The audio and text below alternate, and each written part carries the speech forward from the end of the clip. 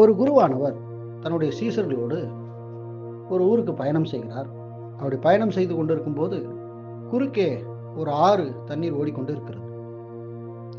அந்த ஆற்றை கடந்துதான் அந்த புறம் செல்ல வேண்டிய ஒரு சூழ்நிலை இருக்கிறது. இப்போது எல்லோரும் ஆற்றை கடக்க முயற்சித்துக் கொண்டிருக்கும் போது அந்த வழியே ஒரு மோர் விற்கும் பெண்மணி வருகிறாள். அவள் தலையிலே மோர் பானை இருக்கிறது.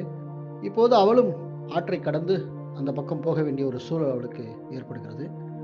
குருவானவர் பார்க்கிறார், எப்படியாவது அந்த பெண்மணிக்கு உதவி செய்ய வேண்டும் என்று நினைக்கிறார்.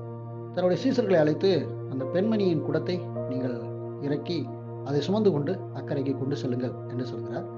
சீசர்கள் அப்படியே அந்த மோர் குடத்தை சுமந்து சென்று அக்கறைக்கு வந்து விடுகிறார்கள். அந்த பெண்மணியை அவர் தன் தோளின் மீது ஏற்றிக்கொண்டு அவர் ஆற்றை கடந்து அக்கறையிலே கொண்டு போய் அந்த பெண்மணியை இறக்கி விடுகிறார். பெண்மணி அவள் ஒரு திசை நோக்கி நகர்ந்து விடுகிறாள். இவர்களும் வேறு திசை நோக்கி நகர்ந்து விடுகிறார்கள். நீண்ட நேரம் கழித்து ஒரு சீசன் குருவிடத்திலே கேட்டான், குருவே, நான் ஒன்று கேட்பேன், நீங்கள் தவறாக நினைக்கக்கூடாது என்று கேட்டான். குருவான சொன்னார், தாராளமாக கேளப்பா என்று சொன்னார். அதற்கு அந்த சீசன் சொன்னான், நீங்கள் ஒரு துறவியாய் இருந்து கொண்டு எப்படி ஒரு பெண்ணை உங்கள் தோளிலே நீங்கள் சுமந்து கொண்டு வந்து இங்கே இறக்கி விடுவீர்கள்? அது உங்களுக்கு விசனமாக தோன்றவில்லையா என்று கேட்கிறார். அதற்கு குருவான ஒரு பதில் சொன்னார், கிட்டத்தட்ட அந்த பெண்மணியை நான் இறக்கிவிட்டு 5 மணி நேரம் ஆகிறது. ஆனால் நீ இன்னும் அவளை மனதிலே சுமந்து கொண்டே வருகிறாய். நான் தோளில் இருந்த பாரத்தை இறக்கி 5 மணி நேரம் ஆகிவிட்டது. நீ இன்னும் மனதிலே சுமந்து கொண்டே வருகிறாய். இது உனக்கு பெரும் பாரத்தை ஏற்படுத்தி விடுகிறது என்று குருவானவர் சொன்னார். ஆம், அன்பான தேவனுடைய பிள்ளைகளே, இந்த உலகத்திலே நாம் வாழ்கிற ஒவ்வொரு நாளும் எத்தனையோ சுமைகளை நம்முடைய மனதிலே சுமந்து திரிகின்றோம். பிறர் நம்மளை குறித்து பேசிய வார்த்தைகளாக இருக்கலாம், நமக்கு ஏற்பட்ட பிரச்சனையினால் வந்த பாரமாக இருக்கலாம்.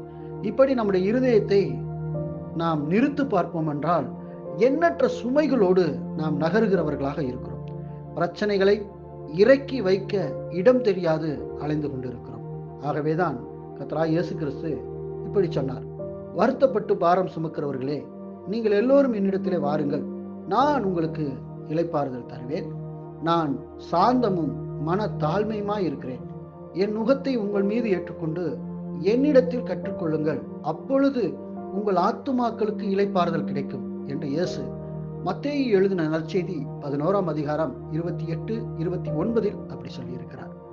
இதுவரை நீங்கள் பாரத்தோடு அலைவீர்கள் என்றால் உங்கள் பாரத்தை இறக்கக்கூடிய ஒரு அற்புதமான இடம் சிலுவை என்பதை மறந்து விடாதீர்கள். நிச்சயமாக நீங்கள் சிலுவை பக்கம் வரும்போது உங்கள் மனதில் எப்பேற்பட்ட பாரமாக இருந்தாலும் அது நிச்சயமாக இறக்கி வைக்கப்படும். தேவன் உங்களை நடத்துவார்.